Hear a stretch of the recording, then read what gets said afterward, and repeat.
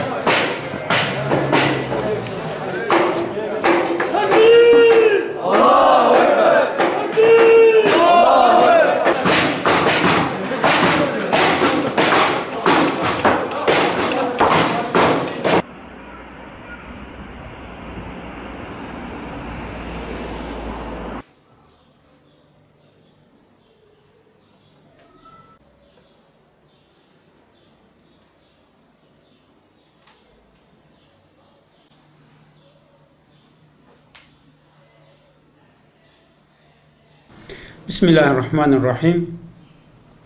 Bizler Umut Kervanı olarak Hayat Birlikte güzel sloganıyla 2020 Kurban Organizasyonunu Kurbanınız Umut Olsun sloganıyla halkımıza en güzel hizmetleri sunmak için çalışmalarımıza Batman'da da başlamış bulunmaktayız.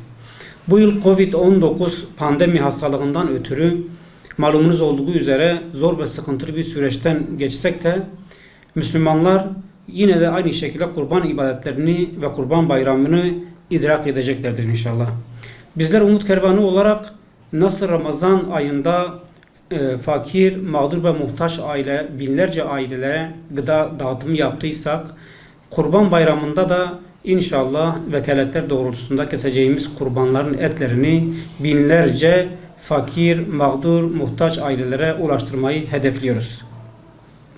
Yüce Allah Celle Celaluhu kurban kesmemizi etinden yediğimiz gibi muhtaçlara da yedirmemizi Kur'an-ı Kerim'de Hac suresinde bize şu şekilde tavsiye etmektedir. Kendilerine rızık olarak verdiği hayvanlar üzerine belirli günlerde Allah'ın adını ansınlar. Artık onlardan siz de yiyin, yoksula, fakire de yedirin diye buyurmaktadır. Yine aynı şekilde Peygamber Efendimiz sallallahu aleyhi ve sellem de bizleri hadisleriyle şöyle teşvik etmektedir kurban kesimi konusunda. Ademoğlu kurban bayramı günlerinde Allah katında kurban kesmekten daha sevimli bir amel işlememiştir. Kurban kıyamet günü boynuzları, kılları ve tırnaklarıyla sevap olarak gelir.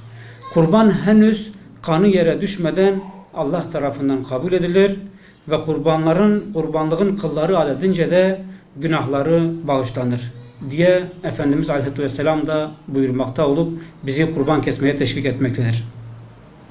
Bizler de Efendimiz Aleyhisselatü Vesselam'ın bu sünnetini yerine getirmede geride kalmayalım diyerek imkanı olan bütün Müslümanlara kurban kesmelerini teşvik ediyoruz. Yine bizler Umut Kervanı olarak her yıl kurbanlıkların temininde, nezih ortamlarda kesimi ve saklanmasında, muhtaçlara dağıtımında bütün hayırseverlere nasıl yardımcı olduysak bu yılda hayırseverlerin vekaletleri doğrultusunda pandemi sürecinde alınması gereken tedbirler neyse tüm tedbirleri alarak yardımcı olmaya hazırız. Bu yıl yurt dışı kurban bedelimiz 1000 TL'den başlayan fiyatlardır. Ayrıca yurt dışında kurban kestirmek isteyen hayırseverlere de yardımcı olacağız inşallah. Yüce Allah bu mübarek günlerin hatırına bu zor ve sıkıntılı pandemi sürecinden bütün insanlığı felaha çıkarsın, hastalara şifalar versin. Hayırseverlerin bağışlarını İzzet-i Dergahında merhametiyle kabul eylesin inşallah.